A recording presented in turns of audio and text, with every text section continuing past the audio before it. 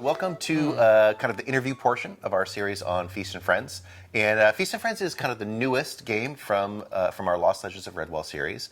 And it came out of the basic observation that if you read Redwall, food is everywhere.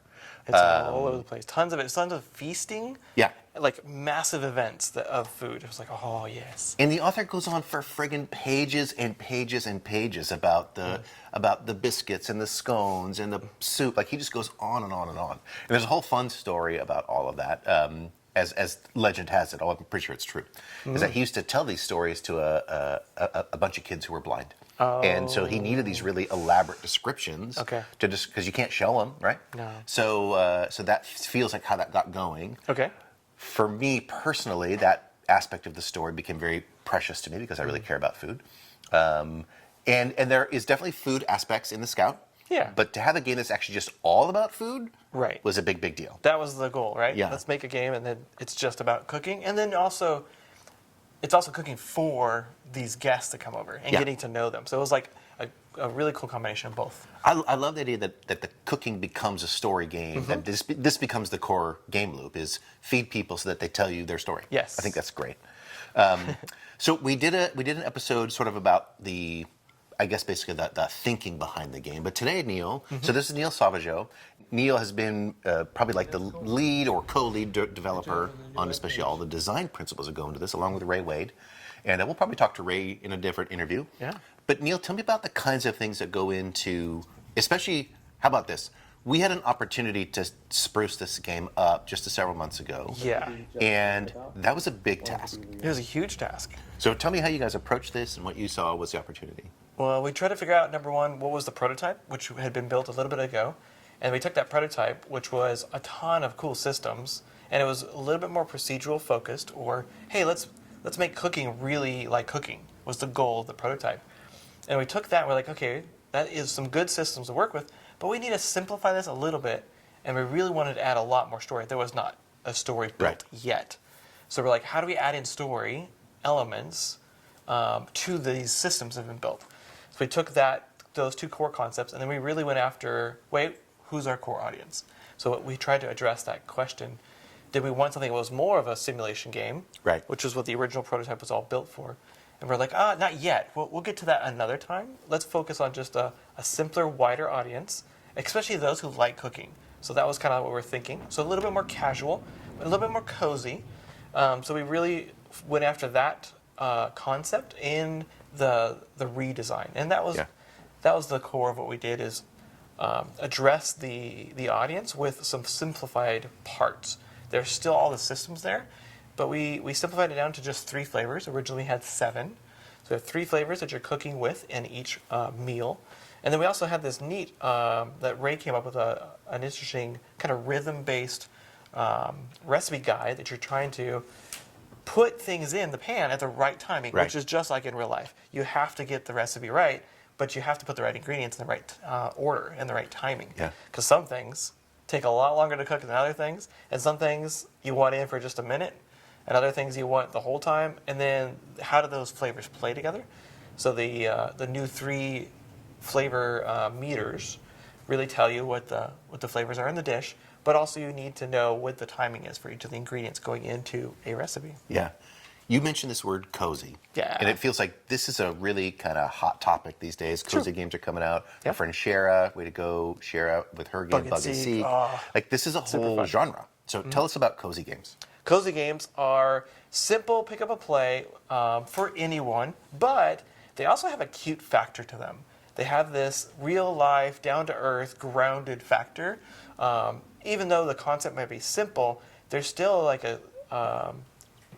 this feel of like, I feel at home. Yeah. Right? So that's kind of what makes cozy. We really wanted to add a lot more of the cozy factor because that fits Redwall. I mean, Redwall is cozy except for the battles.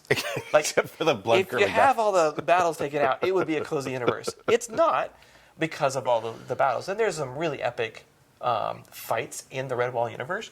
And that is explored a little bit in the adventure game and the Scout. But we were like, okay, let's just go with the cozy, and that became the core. Yeah. I think when we first started working on Redwall games in 2017, I don't think cozy games was even a thing.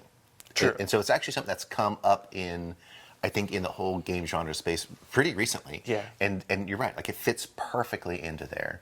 I liked the rhythm game, the part that you put to the thing. Tell me a little bit about what you see on the roadmap. So we imagine, so this first release is basically everything's in the skillet. But where do you see Yeah. this going next? So the skillet was the main one, and that was just a ton of fun to play with. What can you throw in a pan, and what can you do with that? And we can do a little bit more probably, but we have like, okay, we've done the skillet. There's a ton of recipes in the game, but we want to do more. So we talked about having baking as Right. kind of something else you're doing along with the skillet.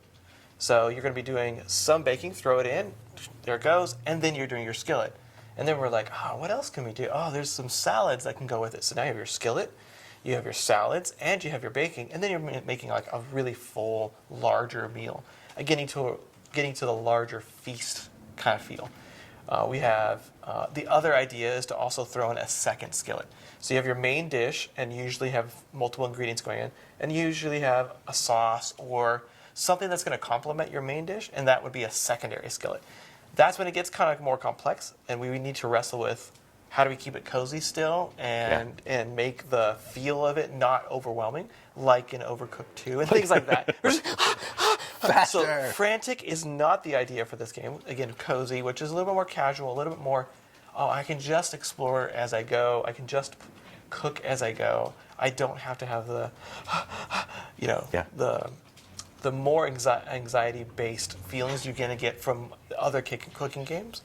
And so we want to keep it a little bit more mellow. But how do you do the mellow? But you add a little bit of complexity. Yeah. Is what the hope is for these updates. I know a couple features that we want to add in would include a more robust plating. Basically, how do you make this presentation? Yes. And you think- Especially with all of like, oh, let's add garnish of all kinds, and then let's make sure we can move the liquids around and actually put a little bit of shape to them. Yeah. Is one of the other ideas that would be awesome to play with. Yeah. I love that, and that leads into this is probably in the presentation category, but basically different dishes, different silverware, different pots of like. Of course. Like decorate your home, decorate the your kitchen home. and the dining room. Yeah, and you can really have fun with the idea of putting all these different parts of your home, and you can put it where you want to. So like, oh, I want this really cool book that's actually from my friend who gave a gift. I'm going to put it here. Or, these utensils I'm going to put down just because I like the color of this. Yeah. Or I can go buy something else. So that's all tied to another update,